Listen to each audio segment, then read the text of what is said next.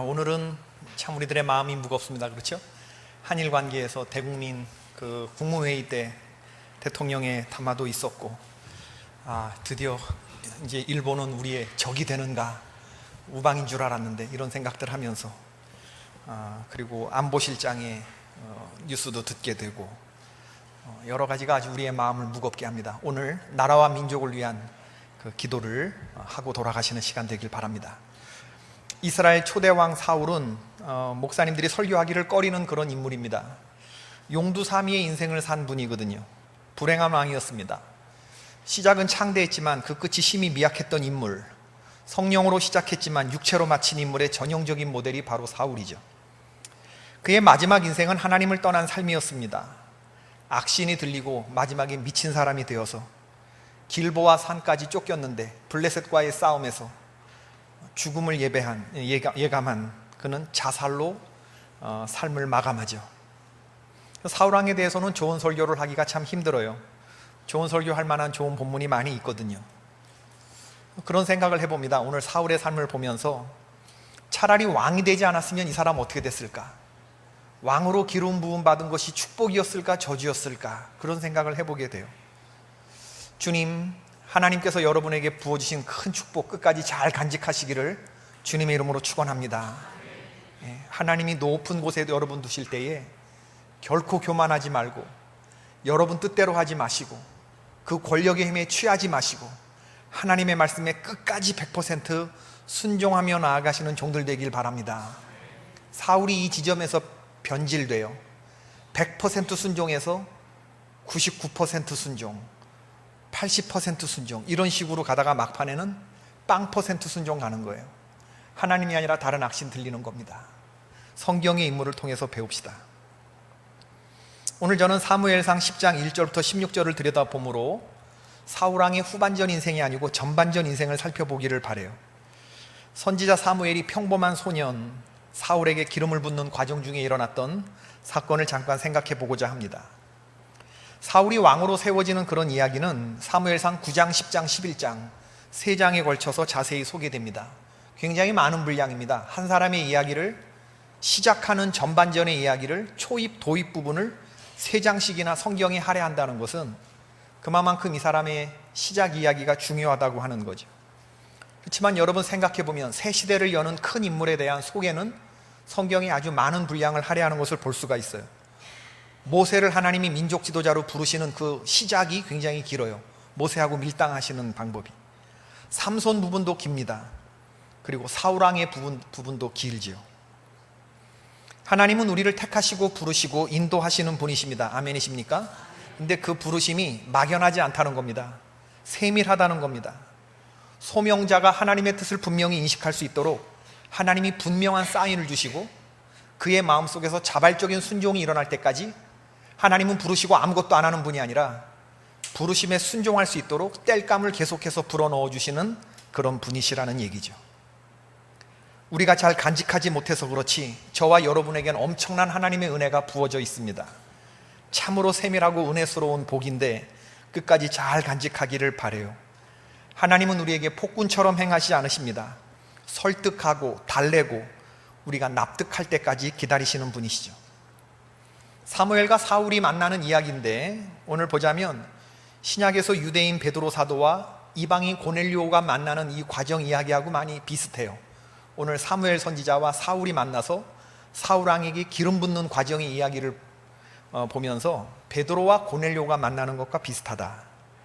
복음이 유대인들에게만 갇혀져 있다가 유월, 패스오버, 이방인에게로 이 복음이 이제 건너뛰는 이런 장면에서 굉장히 중요한 만남인데, 그 중간에 성령님께서 유대인인 베드로와 이방인인 고넬료 사이에서 바쁘게 왔다 갔다 하시면서 둘 사이의 마음속에 확신을 주셔요. 징조를 보여주시고 보자기 환상을 보여주시고, 고넬료에게 더 많이 공을 들이세요? 베드로에게 많이 공을 들이세요? 베드로에게 더 많이 공을 들이셔요. 3번씩이나 같은 환상을 보여주시고, 자발적인 순종이 되기 위해서 완전하게 하나님께서 그 뜻을 보여주시는 거죠. 사무엘과 사울의 만남도 그러합니다. 사무엘 선지자 앞에 사울왕이 설 때까지 하나님이 이렇게 인도해 가시는 것을 드라마틱하게 보여주고 있죠. 사울을 택하고 그리고 부르시고 인도하시는 계획이 분명하다는 사실을 사울로 하여금 믿게 하시기 위해서였습니다. 그래서 여전히 열등감에 젖어 있고 하나님이 과연 나를 부르셨을까? 내가 왕이 될 만한 사람이 될까? 의심하고 냉랭한 그런 사울의 마음에 하나님이 뜨거운 불을 붙여주시는 그런 모습을 보게 됩니다. 하나님은 오늘도 저와 여러분을 동일한 방법으로 인도하신다고 믿습니다. 우리는 하나님의 택하신 족속이고 왕같은 제사장입니다. 우리가 하나님의 택하심과 부르심과 인도하심을 받아들이고 하나님의 기대를 이루어드리는 믿음의 백성들이 되기를 축원합니다. 오늘 본문 전의 상황을 보십시다. 이스라엘의 유다 지파, 에브라임 지파, 역사와 전통이 빛나는 아주 쟁쟁한 지파들이 많이 있는데 12지파 가운데에서 가장 연약한 지파가 베냐민 지파거든요. 베냐민 지파의 기스의 아들 사울이 아버지의 이런 암나기를 찾으러 나서는 것에서부터 얘기가 시작이 돼요. 그리고 그 길에서 사무엘 선지자를 만나게 되고 얼떨결에 왕으로 기름 부음을 받게 됩니다. 그러니까 사울의 등장은 아주 작은 그런 사건으로 시작하죠. 아버지가 애지중지하는 암나기가 없어졌어요. 우리나라도 그렇죠. 송아지가 없어졌다. 발 뻗고 잘 수 있습니까? 못합니다. 송아지가 얼만데. 찾으러 나서죠. 그래서 아버지가 사울에게 암나기를 찾아오너라 그랬던 모양이에요. 그래서 사울이 사환 하나를 데리고 찾으러 나서는데 찾아 나섰는데 나흘을 뒤지는데도 이 암나기가 나타나지 않는 거예요. 숲 땅에 이르렀는데 사환이 사울에게 말하기를 여기 하나님의 사람 존경받는 사무엘 선지자가 살고 있습니다. 우리가 그에게 가서 한번 길을 물어보십시다. 이렇게 얘기하는 거예요. 그때 사울이 뭐라고 생각하냐면 선지자에게 길을 묻기 위해서는 예물을 준비해야 되는데 가진 게 나는 없는데 다 썼는데 은 한 세겔 4분의 1이 사환의 손에 있었어요. 그걸 가지고 준비해서 사무엘에게 가는 거죠. 사울왕을 보자 그러면 선지자를 대하는 태도가 남달랐던 것을 볼 수가 있죠. 예물의 크기는 작았지만 그의 믿음의 태도는 매우 컸던 것을 볼 수가 있습니다. 그러니까 성경이 말하는 사울의 첫 모습을 정리해 보자면 아버지의 말을 잘 듣는 착한 인간성이 풋풋이 묻어나는 그는 착한 아들이었다. 주의 종을 만나러 가면서 없는 와중에도 예물을 떠올릴 만한 그러한 믿음이 반듯하게 훈련된 그러한 사람이었다. 그리고 사울은 겸손한 사람이었다. 사무엘이 사울에게 왕으로 기름 부을 것을 암시했을 때 사울이 뭐라 그러냐면 나는 이스라엘 집안에서 가장 작은 베냐민 지파 중에서도 가장 미약한 사람이 아니니까 라고 말했던 사람이에요. 난 자격이 없습니다. 나는 아이라 말을 할 줄 모릅니다. 이렇게 말했던 모세하고 같은 반응이죠. 근데 사무엘 선지자는 사울을 딱 보자마자 키가 컸거든요. 준수했고 이 사람이 하나님이 택하신 사람이구나. 그래서 그를 보자마자 그를 이미 자기의 왕으로 기름 부음 받은 자로 알고 극진하게 예우해요. 그리고 어떻게 하든지 요놈한테 기름을 부어야 될 텐데 그리고 기회를 엿보는 이 늙은 사무엘의 모습을 보게 됩니다. 오늘 본문전 상황을 보면 내가 너에게 기름을 붓겠다. 이게 얼마나 느닷없는 거예요. 처음 보는 사람인데 딱 영적인 감각에 이 사람이 이스라엘의 초대 왕으로 하나님이 택한 사람이구나 이런 영감이 딱 왔는데 이걸 빨리 기름을 부어야 되는데 그러니까 사무엘이 사울을 만나가지고 다락방에서 이걸 설득했다고 그랬습니다. 설득. 그러니까 밤새도록 이야기를 했어요. 그리고 아침에 사무엘 선지자가 먼저 일어납니다.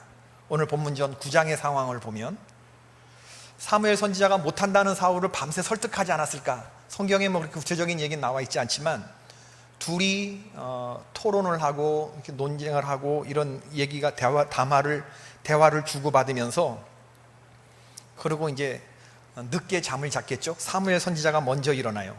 그리고 잠자는 사울과 사환을 깨웁니다. 그리고 밖으로 데리고 나가서 한참을 걸은 후에 사울에게 너 저 사환을 먼저 저 앞으로 가게 해라.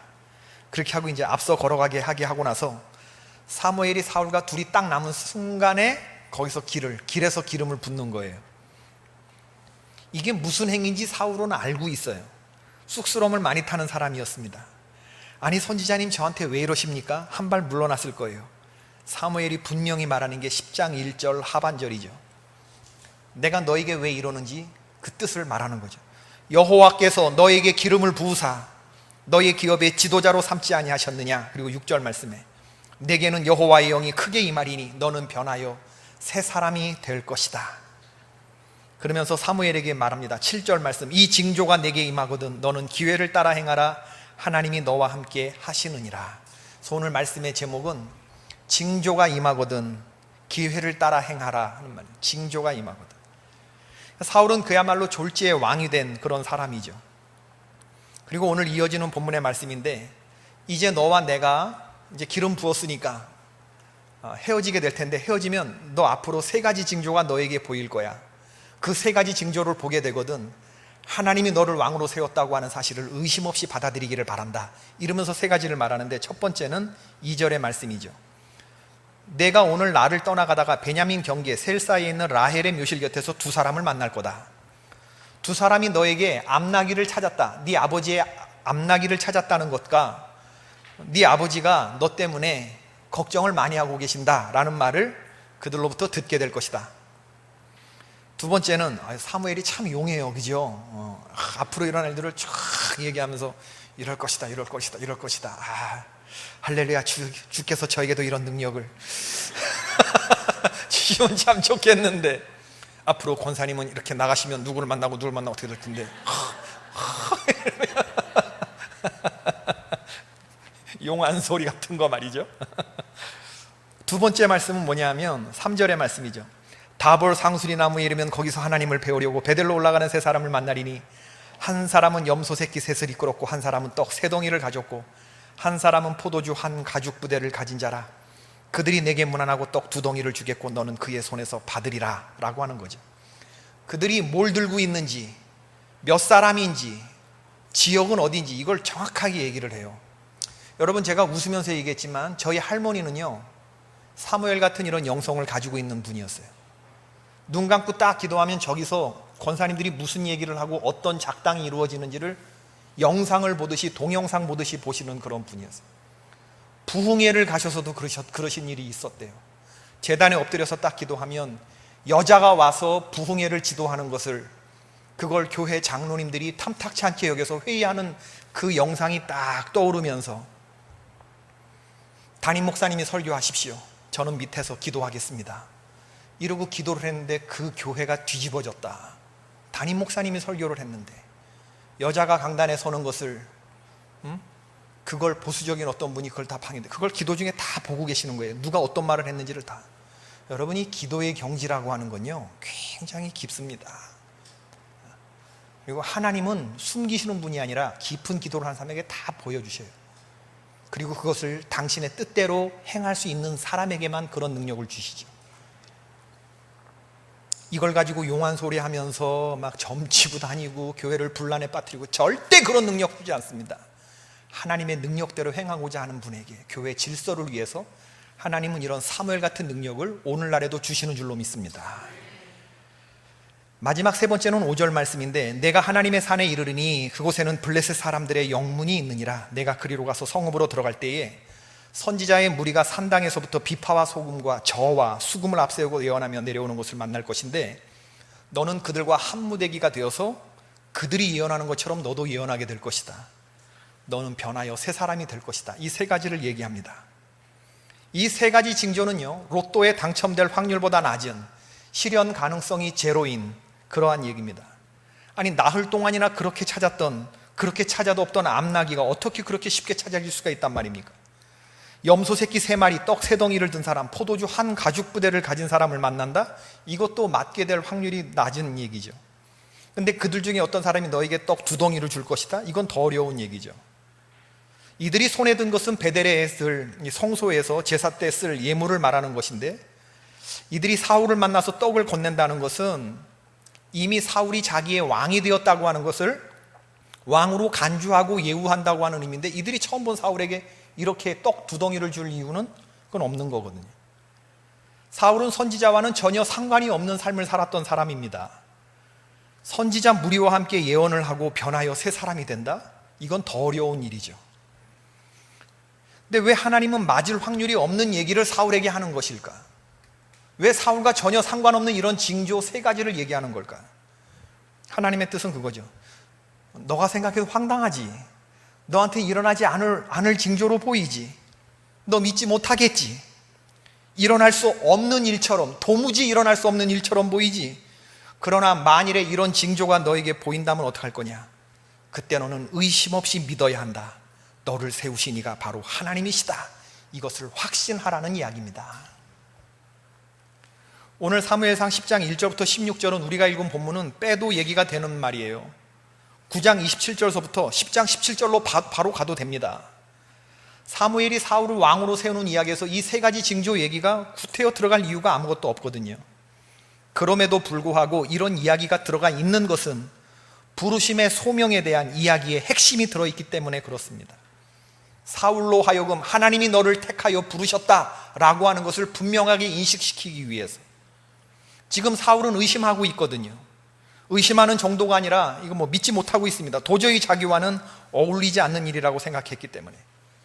세상적인 말로 하면 주제 파악일 수도 있겠고, 겸손일 수도 있겠고, 자신감 결여이기도 하겠죠. 하나님의 부르심을 받은 사람들은 다 이랬습니다. 예레미야가 그랬고, 이사야가 그랬고, 기드온이 그랬죠. 그래서 다 하나님을 시험하려고 했어요. 자기의 부르심을 확인하고자 했습니다. 그들은 다 자신감이 없어 했고 그 일의 적임자가 아니라고 생각했는데, 그래서 하나님께 난 안 된다고 말했는데 결론적으로는 부르심에 대한 확신이 없었기 때문에 이런 태도를 보인 건데, 그런데 하나님은 아니다, 내가 너를 불렀다, 너는 나의 일을 해야 된다 하고 일을 맡기신 겁니다.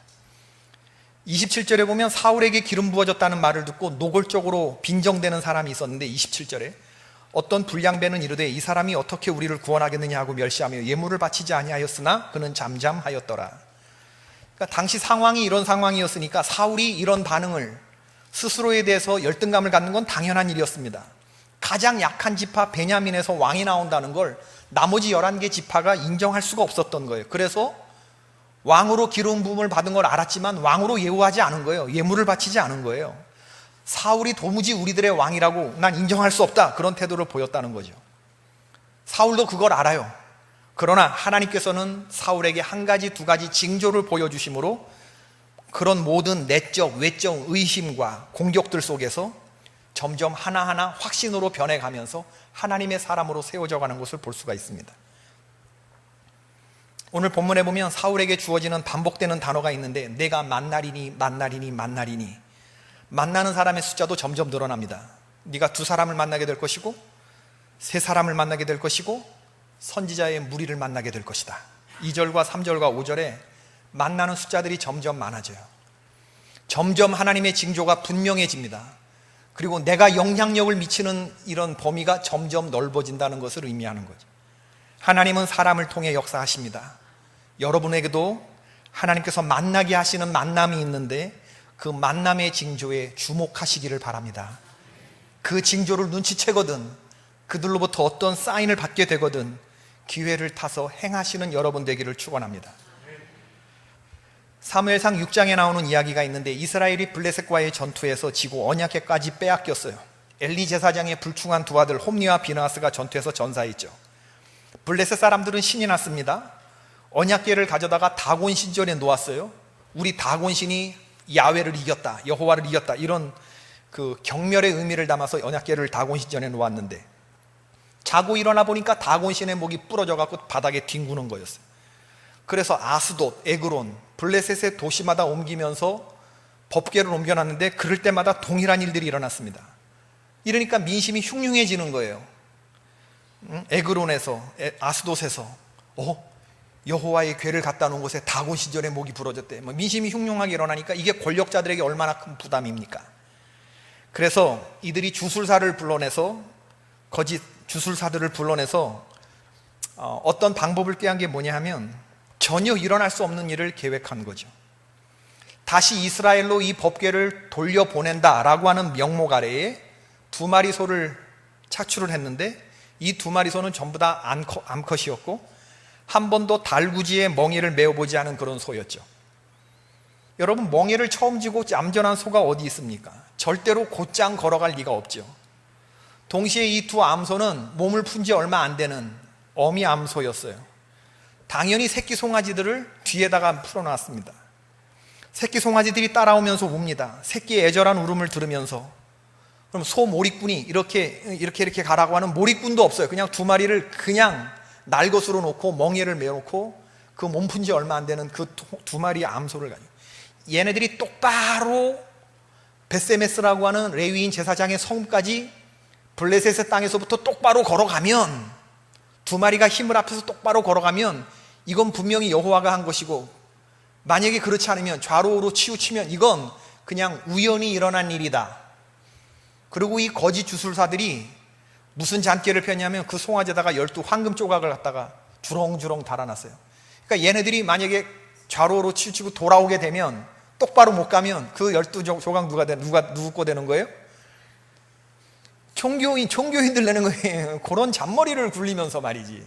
권력자들은 권력자들대로 별거 아닌 것으로 간주하고 그렇게 그냥 권력을 행사할 수 있었을 그럴 일이죠.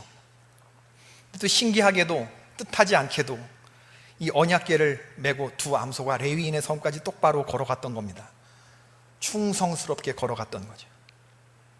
이 두 마리의 암소를 통해서 하나님이 하시고자 하는 말씀이 있었어요. 블레셋 족속에게도 나 여호와는 열방의 여호와라고 하는 것, 내가 참신이라는 것을 말씀해 주고 있는 것이고, 이스라엘 백성들에게는 준엄함, 꾸짖음의 메시지를 하나님이 들려주고 싶으셨던 거죠. 이스라엘 백성들은 법궤가 신통력을 발휘해서 자기 발로 찾아 들어온 것에 대해서 굉장히 기뻤겠지만, 만약에 기뻐하기만 했다고 한다 그러면 그 사람들은 영적으로 무딘 사람, 징조에 무딘 사람들이죠. 진짜는 부끄러운 줄 알아야지, 부끄러운 줄을. 끝까지 자기를 아낌없이 희생한 두 마리 벳세메스 암소가 마지막엔 번제로 자기들 희생하는 그런 모습을 볼 수가 있습니다. 언약궤는 승리의 부적이 아닙니다. 언약궤는 좋은 곳, 성전에 모셔두는 것이 아니고 우리의 좁은 가슴에, 우리의 치열한 삶 가운데, 가장 치열한 현장에 우리의 가슴 속에 모셔야 하는 것인 줄로 믿습니다. 오늘날이 바로 사사시대와 다를 바가 없거든요. 여호와의 말씀이 희귀하여 이상이 흔히 보이지 아니하고 사람들이 각자의 옳은 소견대로 행하는 시대가 아닙니까? 여러분, 여호와의 말씀이 희귀하다는 것은 하나님이 말씀하지 않는다는 거예요. 경험해 보신 적이 있나요? 여러분이 잘못했는데 하나님이 말씀하지 않아요. 이거 굉장히 불행한 징조입니다. 그럴 때 하나님이 말씀하시지 않는다, 하나님이 내 마음의 기쁨과 구원의 즐거움과 평안을 뺏어가셨다, 이게 느껴지지 않는다, 바짝바짝 엎드리시고 회개하시고 하나님과의 관계를 다시 정립하셔야 돼요. 가장 무서운 벌 가운데 하나가 뭐냐 하면 여호와의 말씀이 나에게서 희귀해지는 거, 이거 좋지 않은 징조입니다. 예전에는 있었던 기쁨과 그 기도의 열정이 식어지는 거, 이거 무서운 징조입니다. 깨달으셔야 돼요.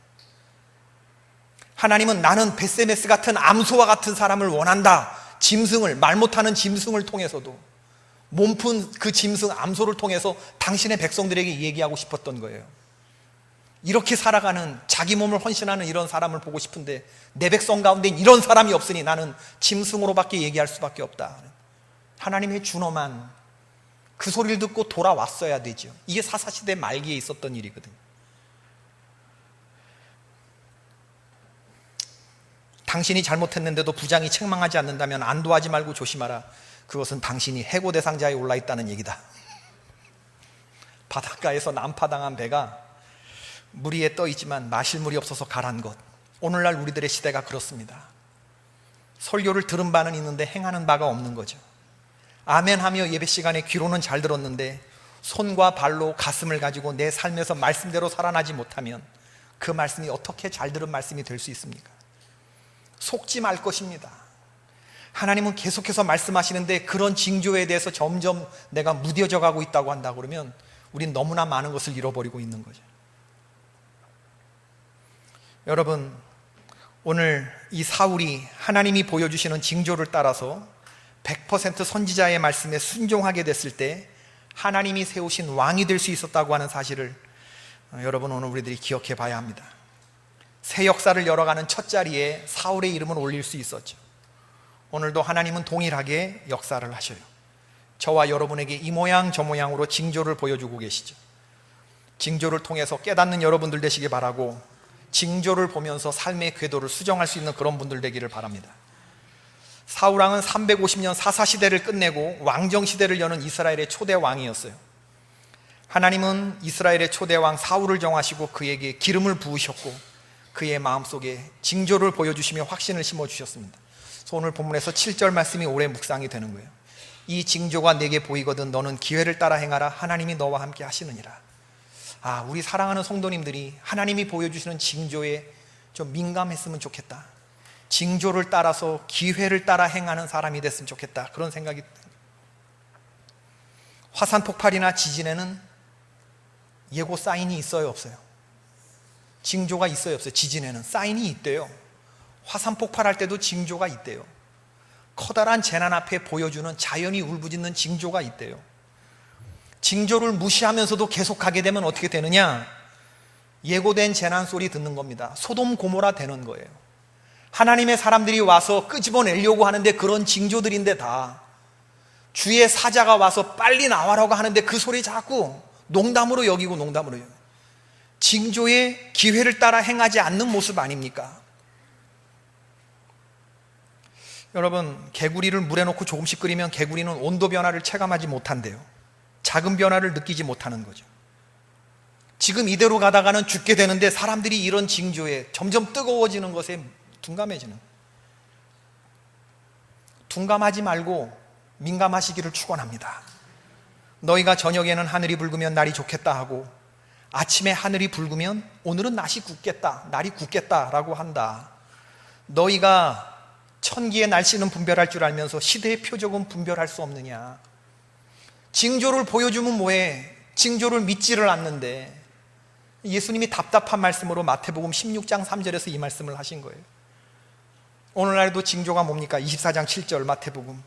민족이 말세에 여러 가지 징조가 몇 가지가 있는데 주님 이름으로 내가 그리스도라 칭하는 거짓 예언자들이 많이 나오고 거짓 교사들, 처처의 난리와 지진의 소문이 있을 것이고, 세 번째가 민족이 민족을, 나라가 나라를 대항하며 일어나는, 이게 말세의 징조인데 오늘날 지금 일어나는 주변의 정세를 보면 하나님 마지막 때구나, 이런 징조가 느껴지면 우리는 어떤 기회를 따라 행해야 될까요?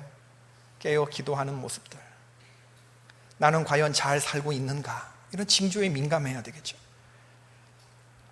예수님을 찾아 나선 동방의 박사들은 제일 먼저 왔어요. 이방인인데 유대인의 왕으로 오신 메시아를 알면서 그 하늘의 천기의 움직임을 보면서 그 징조를 따라 별의 징조를 보고 찾아와 아기 예수를 경배하는 그런 축복의 사람들이 될 수 있었죠. 하나님의 백성들은 하나님의 인도하심대로 살며 영적으로 깨어있어 주님이 보여주시는 징조를 알아채고 거기에 믿음으로 반응하는 그런 사람들입니다. 설교 서두에도 말씀드렸지만 오늘은 우리의 마음이 무거운데 총칼만 들지 않았지 사실상 한일 양국 간에 눈에 보이지 않은 전쟁 선포가 일어난 일입니다. 다들 아시다시피 우리나라를 대상으로 일본이 수출 우대국에서 제외하는 제2차 경제 보복을 단행했죠. 오늘 오후 2시에 대통령의 국무회의 모두 발언을 통해서 대국민 메시지를 들으셨을 겁니다. 지금까지 치킨 게임을 하듯이 강대강으로 앞뒀던 양국 간의 관계였죠. 여러분은 안 그러셨나요? 오늘 아주 스트레스 지수가 최고더라고요. 이렇게 기사를 읽으면서 찾아 읽으면서 우리가 사는 강남구는 우리 강남구죠. 저 테헤란로나 뭐 이런 강남구 여러 만국기를 올렸는데 만국기에서 일장기를 다 내려버리겠다 이런 결정을 내렸어요. 우리 일본과 한국은 서로 연약한 것들을 보듬으면서 지난 시간 불행한 과거가 있었지만 잘 살아오지 않았습니까? 나한테 없는 거 너한테 빌리고 너한테 없는 거 내가 꿔주면서 지리적으로 가까우니까 서로 자유무역 질서를 가지고 살았는데 쟤한테 없는 거 나한테 있는 거 이거 안 판다고 야비하게 나오는 거 보면서 화가 확 나더라. 국제사회는 당사자들끼리 알아서 하라고 팔짱을 끼고 있고, 여러분 WTO 믿지 마세요. 믿을 거 됩니까? 세상이 움직이는 원리가 그렇습니다. 옳고 그름을 따지는 단체가 아니고 어떤 놈이 더 센가 양국 간의 힘의 역할을 지켜보다가 결국에는 누구 손 들어줘요? 힘이 센 놈 손 들어주는 게 WTO입니다. 자국의 이익을 자국만큼 염려해주는 국제단체는 하나도 없어요. 여러분. 말하자면 더러운 세상, 위험한 세상이 된 건데 그렇다고 울분 터뜨리고 우라통 터지는 마음으로만 살 수는 없는 거죠. 이 법안이 발효가 되고 실행이 되기 위해서는 3주간의 시간이 걸린다는데 그때가 8월 21일 한일 군사 정보 보호 협정이라는 게 있다는데 이게 재연장이 시간 만료가 되는 게 8월 24일. 그러면 하나님께서 징조를 통해서 말씀해 주시는 게 뭘까? 나라가 나라를 대적하고 민족이 민족을 대적하며라는 마지막 때를 살아가는데 하나님께서 기도의 눌림을 주시잖아요. 8월 24일, 8월 21일까지. 주여, 어둠이 깊어지고 우리 안에서 지금 쓴 것들이 막 올라오고 지금 국민들이 분노하고 막 다시 또 촛불을 들고 어디를 모인다고 그러고 막 다 이제 막 초당적으로 연합을 해가지고 규탄 대회를 한다고 그러고 뭐 대승적으로 하나가 되어서 일본에 맞서자고 그러고 이제 점점 이렇게 험한 길로 가는데 밤이 깊을수록 새벽이 가까워오는 법이죠.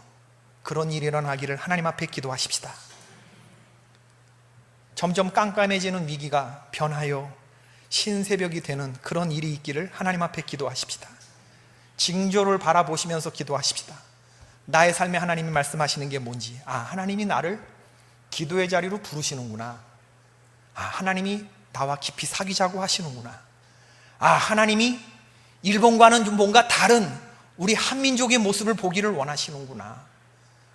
우리가 그냥 막 미움을, 우라통을 터뜨리기 전에 뭔가 외교적인 노력을 하고 다시 관계를 정상화시키고 뭔가 그들보다 하나님의 손에 붙잡힌 깨어 기도하는 순결한 백성이라는 것을 하나님이 보여주기를 원하는구나. 우린 그렇게 생각할 수 있잖아요, 그죠?